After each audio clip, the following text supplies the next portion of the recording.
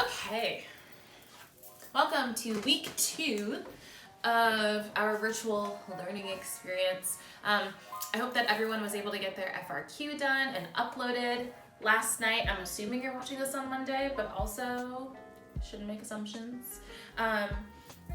So I am going to get started with grading your FRQs ASAP. I will give you guys feedback.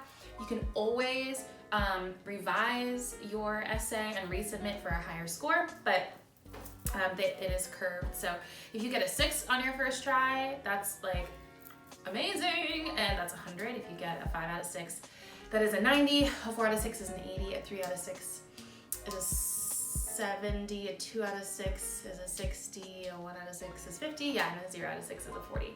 A 0 out of 6 is like you attempted it, but you scored a 0. A 0 that is a 40% is not like if you just didn't submit it at all. If you didn't submit it at all, that's 0 because I can't score you on anything. So just to clarify. But this week we are moving on. We're still talking about rhetoric, but we are going to specifically talk about satire. And satire, I know you're all familiar with it, but you might not always associate it with the term satire. But satire is when someone uses irony or sarcasm or wit to expose or attack some sort of flaw in society, some sort of flaw in human behavior, human vices, or human stupidity. So when you think about satire, you could think about The Onion and how The Onion sort of points out these absurd things that happen or things that they think are stupid or are detrimental to society, and they poke fun at it through satire. The Daily Show uses a lot of satire. South Park, if you watch South Park, I'm not saying you should watch it, but if you have watched South Park is incredibly satirical. Satire is used in persuasive rhetoric because satire is trying to point out a flaw in society or a flaw in human behavior, and is trying to get us as readers to recognize that it is a flaw, or that there is something wrong there, or possibly something immoral, or just something stupid or something illogical, right? So satire does all of those things. You're going to watch a video by a professor at the University of Oregon, I believe, or it was Oregon State University, one of the two. And he has a wonderful video on satire, and so I'm not even gonna pretend to give as well of an explanation of satire as he does, but he goes through the 3 different types of satire, and he makes mention of Juvenalian satire, which is a specific type of satire, and more specifically he makes mention of Jonathan Swift's A Modest Proposal, which you guys are reading this week. So you're not writing an FRQ this week on Jonathan Swift's A Modest Proposal, but you are answering some questions. You are still going to be writing, but we're going to be doing it in a discussion posting, so you guys are going to get to see your reactions. I wanted you guys to see each other's reactions to this text this week because A Modest Proposal is like pretty it's pretty twisted, but it's satire. I'm not going to spoil for you what exactly A Modest Proposal is about, because when you read it, part of why the satire is effective is that there's a point where you're like, wait, is he serious? And then there's a point where you're like, he's not serious, but he's like really, really, really making fun of / mocking / pointing out how heartless and really detached from the lower classes, the upper classes are in Irish society. And he's also pointing out the discrepancy between the British and the Irish, which, if you know anything about that history, there's a lot of tension there because of the way that the British have treated the Irish, particularly the lower class Irish, and historically in Irish society that was a huge portion of Irish societies. So that is what you're going to be doing this week. You're going to be watching this video. You are going to be watching the other video on satire called What is Satire? You're going to be reading A Modest Proposal by Jonathan Swift. By the way, a little bit of context for A Modest Proposal. It was written in the 18th century, so that would be 17 something, right? 18th century is the 1700s. So it's an older text, and so the language, there might be a little bit, there are definitely going to be some words you don't know. Whenever you don't know a word in a text, the first thing you should do is obviously use context clues, look around those words to figure out what it means. But especially when you're reading an older text, there might be a word that is used in a way that we wouldn't use it today.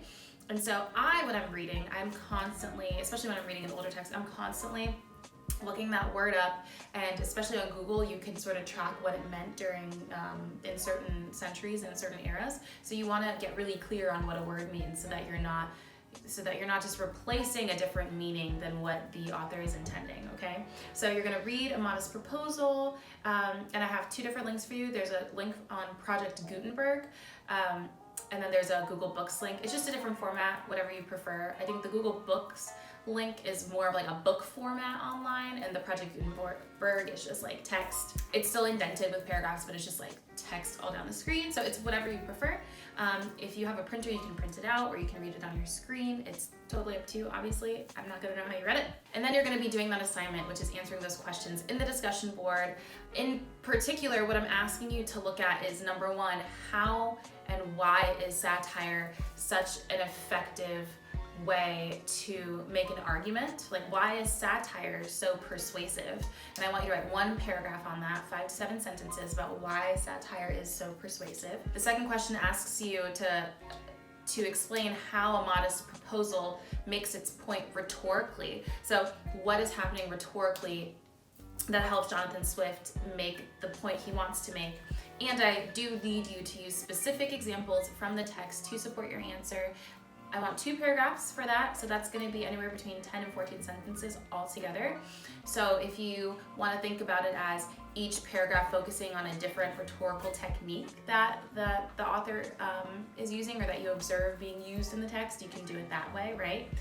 It could be 1 with many examples, it could be 2 with just a couple examples, it's up to you. Remember that you really want to point out what that rhetorical strategy or rhetorical technique is. Highlight and mention, not literally highlight, but mention and quote the specific instance in the text where you see that rhetorical device or rhetorical strategy being used, and then you want to elaborate. How and why is that effective? What is his point with this piece? And then how does that quote and how does that rhetorical strategy help him make the point? That's the whole point of rhetorically analyzing something for how the rhetoric is working. The entire point is that we want to figure out what the purpose is of the text and what the message of the text is, and then how is that happening, right? The purpose of a text and the message of a text are not clear unless the author successfully makes that clear, right? So how do they make that clear? What are they doing in order for us to get that? And so that's what I want you to answer in question 2. And then question 3 is also a paragraph, but it's 3 to 5 sentences, and I just want your reaction to the text, because I think the text, again, it's a little bit twisted, and you have to imagine in the early to mid 17th century reading this text, like, you probably would have gasped as you were reading it, because it was just like bizarre. Like, what? That's your suggestion. But that is why that's why it's effective. That's why it works. So you're gonna answer those questions, and then you're gonna do a quiz, and the quiz is on satire. Again, the quiz is pretty straightforward. If you've gone through all of the resources for this week, then it should be pretty straightforward. But again, you do have unlimited attempts on it, so take your time.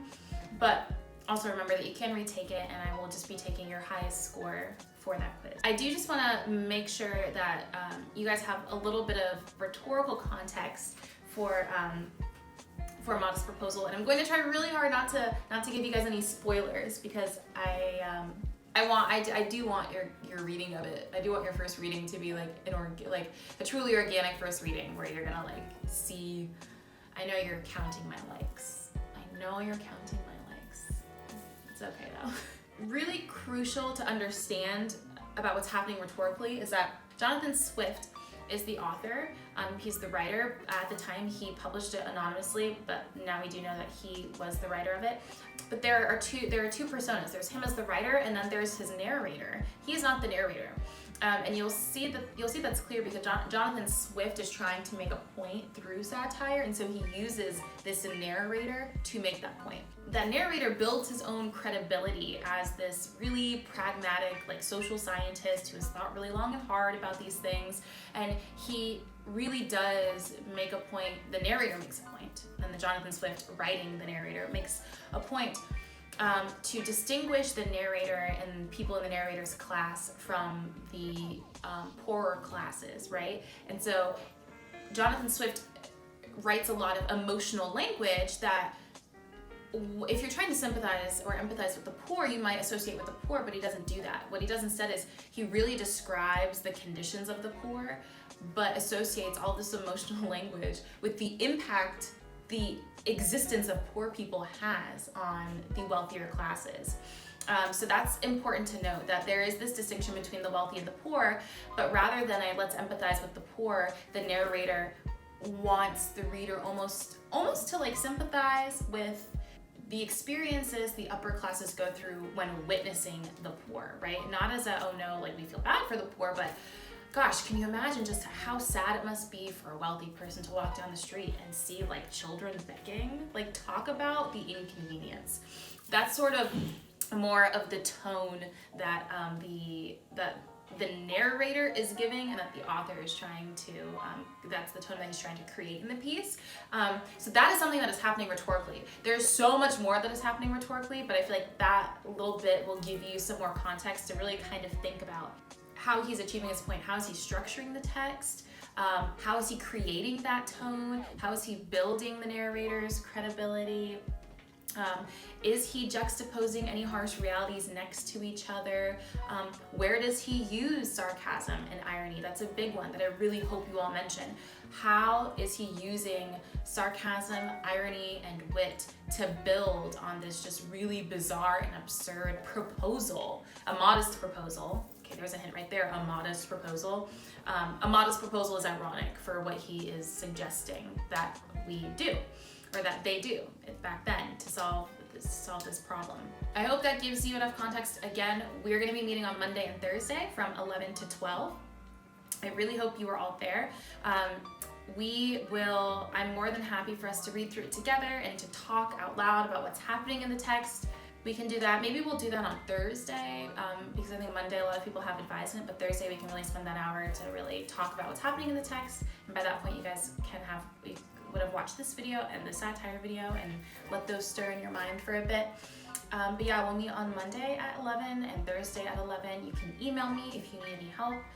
You can call the Google Voice number. You can reach out to me for a web conference. You can always send your work to me early and have me give you feedback. I'm more than happy to do that. So yeah, good luck with this week's work. Again, I really think you're gonna enjoy the reading because it's just like absurd and funny, but funny in a like, wow, this is wacky kind of way, but that's kind of the point. Okay,